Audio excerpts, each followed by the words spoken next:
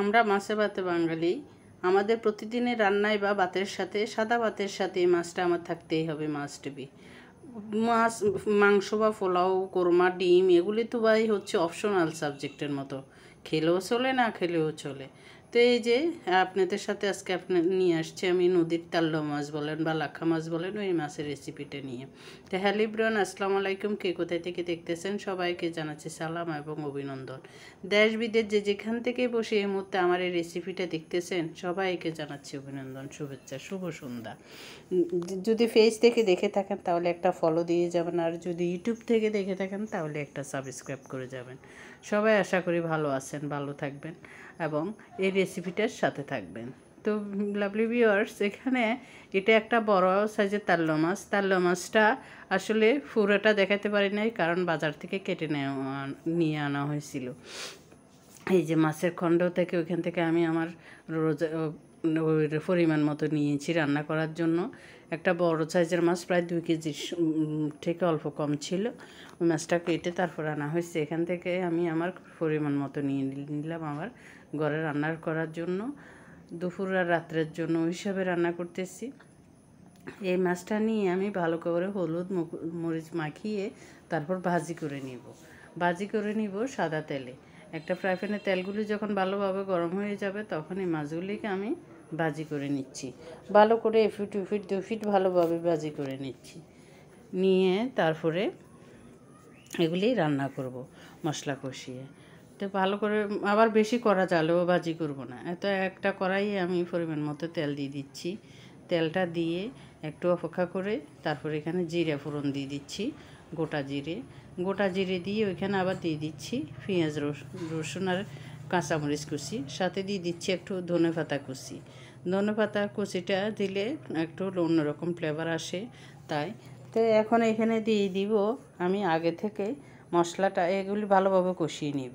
আগে থেকে হলুদ মরিচ লবণ আর জিরার গুঁড়া, গোলমরিচের গুঁড়া মিক্স করে একটু পানি দিয়ে রেখেছিলাম, ওগুলি মাখিয়ে এখন এখানে দিয়ে দিলাম মশলাগুলি দিয়ে একটু ভালোভাবে কষিয়ে নিব যতক্ষণ পর্যন্ত তেল উঠে না আসে। তেল উঠে আসলে এরপরে ওই পেয়ালাটা ধুয়ে আরেকটু পানি দিয়ে দিব, পানিটা দিয়ে আরেকটু কষিয়ে নেব ভালো করে।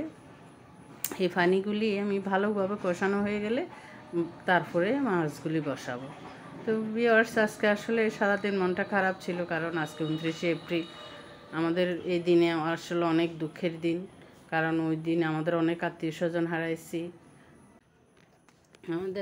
আমার আফার ফ্যামিলিতে, বিশেষ করে আমার আফার দেবর, যা অনেকগুলি দেবরদের বাচ্চা কাচ্চা সবাই অনেকগুলি আসলে মারা গেছেন ওই 29শে এপ্রিলে 1991 সালে বন্যাতে।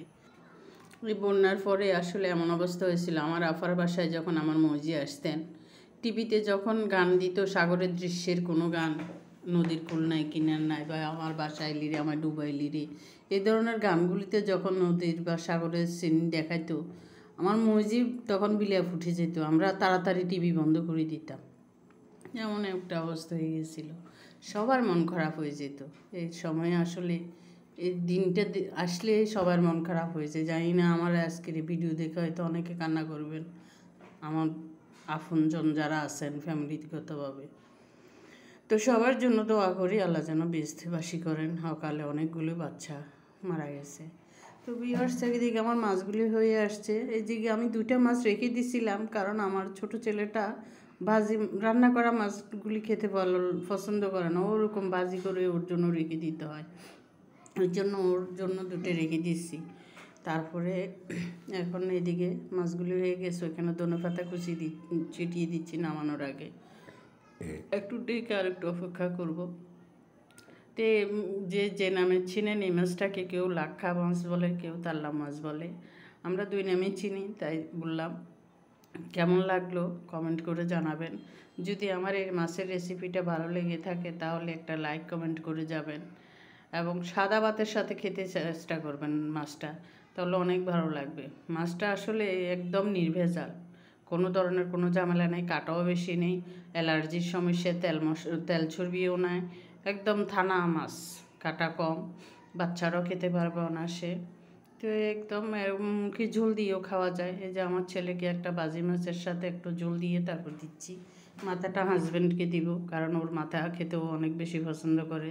সবসময় আমি মাছের মাথাটা এখন ওর জন্য রেখে দিই সবসময় বাড়িতে আসছে পর্যন্ত, কারণ বেচারি দীর্ঘদিন পর্যন্ত দেশের বাইরে ছিলেন, কোথায় কী খাইছেন না খাইছেন, সেই জন্য আমি সবসময় ওকে দেওয়ার চেষ্টা করি। তো সবাই আমার জন্য দোয়া করবেন এবং আমার পরিবারের জন্য দোয়া করবেন। ভালো লাগলে আমার পেজে একটা ফলো দিয়ে যাবেন, ইউটিউব থেকে দেখে থাকলে একটা সাবস্ক্রাইব করে যাবেন। সবাই ভালো থাকবেন, সুস্থ থাকবেন। আল্লাহ হাফেজ, আসসালামু আলাইকুম, শুভরাত্রি সবাইকে।